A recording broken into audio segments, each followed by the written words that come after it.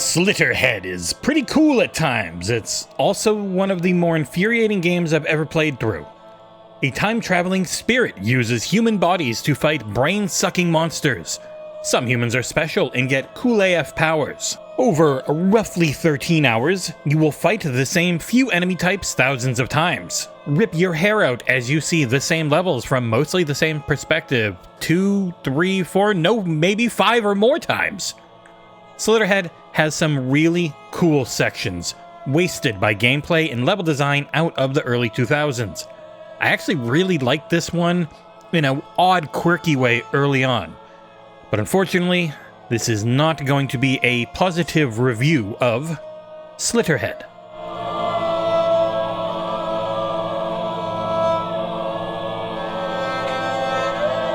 Without spoiling too much, Slitterhead takes place in a world besieged by brain-sucking monsters. You awaken seemingly as a spirit that has lost all of its memories.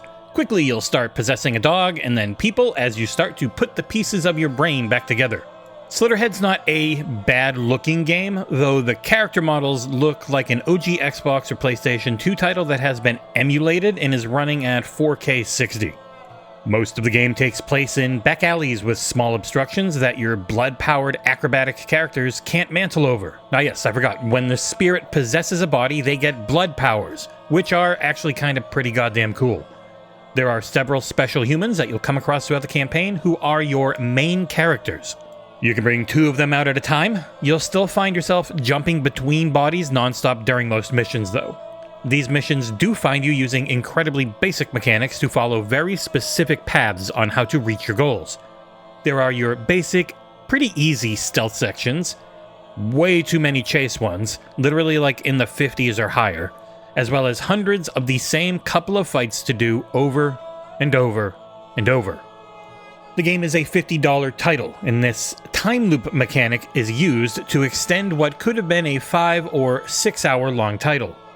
They don't want us to spoil the plot, so I can't say much about the setting other than it's in a version of Japan, one that's got a lot of sex workers and mafia members. This is also a horror-focused title, with body horror being the name of the game. There's lots of incredibly long necks that sprout gross arms and chopped-off noggins to be found. Slitterhead is a third-person combat platformer. You'll use the X button a few million times as you fight the same 3 or 4 main enemy types. You also get 3 unique moves tied to the right trigger per special character. Even the basic pedestrians have a few moves they can pull off. All of them require blood, your main health resource, and hitting enemies will make pools of blood which land on the ground.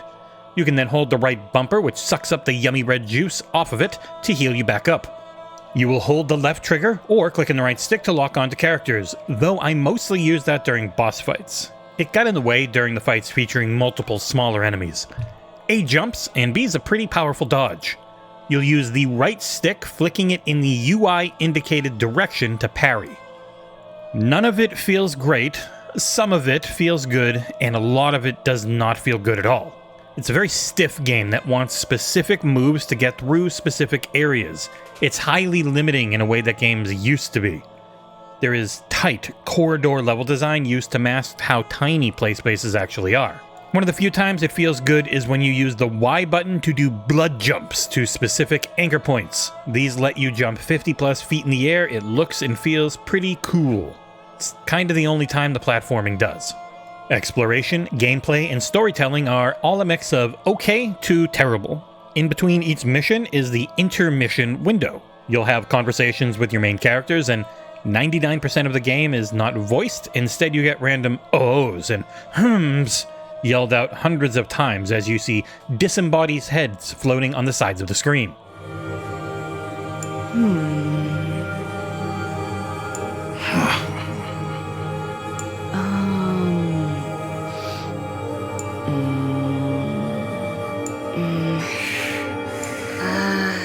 I like the overall look of the UI, even if it isn't the snappiest. There are upgrades for all of your main characters, and everything has just enough lag to it that it was immediately frustrating. You will get skill points for completing missions or finding your spirit's memories floating in various levels. There are old grannies to talk to and more characters to find, and none of that is optional. Because it took me hours to figure out exactly how to unlock all the characters so that I could continue the story. The old lady conversations turn out to be a must, and finding the last few main characters felt more like luck on my 10th run through their levels than it did skill. One character also just completely randomly unlocked for me. I don't know who he is, what he's done, and by the time the credits had rolled, I still don't know. He just showed up. It's not the worst type of bug, because it didn't stop me from playing the game, it just still wasn't a good one. Worst of all, though, were the last 4 or 5 hours of the game. It had already been repeating the same types of missions in the same few levels, but those last few hours of time loops were literally the same fights with the same characters in the same levels for nearly 5 hours straight. Whenever you complete a mission, it says, "To be continued," and it happened 4 times in a row where I was shocked that it wasn't the end of the game. It lost a full 2 points for me during that section throughout its second half, as the already thin amount of content on offer felt like an inch of peanut butter spread over a mile. To end on something positive, the soundtrack had a couple of absolute bangers to it, and the voice acting, when it happened, wasn't bad. Wrapping things up, Slitterhead had a weirdly intriguing plot and has very cool art design wasted by endless repetition and outdated game design. There's something here. I found Slitterhead to be pulling me in during its first few hours. It was like the last 80% of the game that was pretty dreadful. At $50, if you truly love horror, then it might be worth checking out on a deep sale.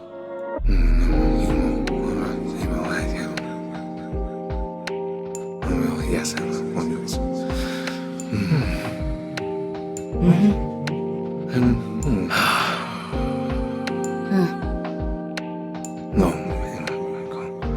Yeah.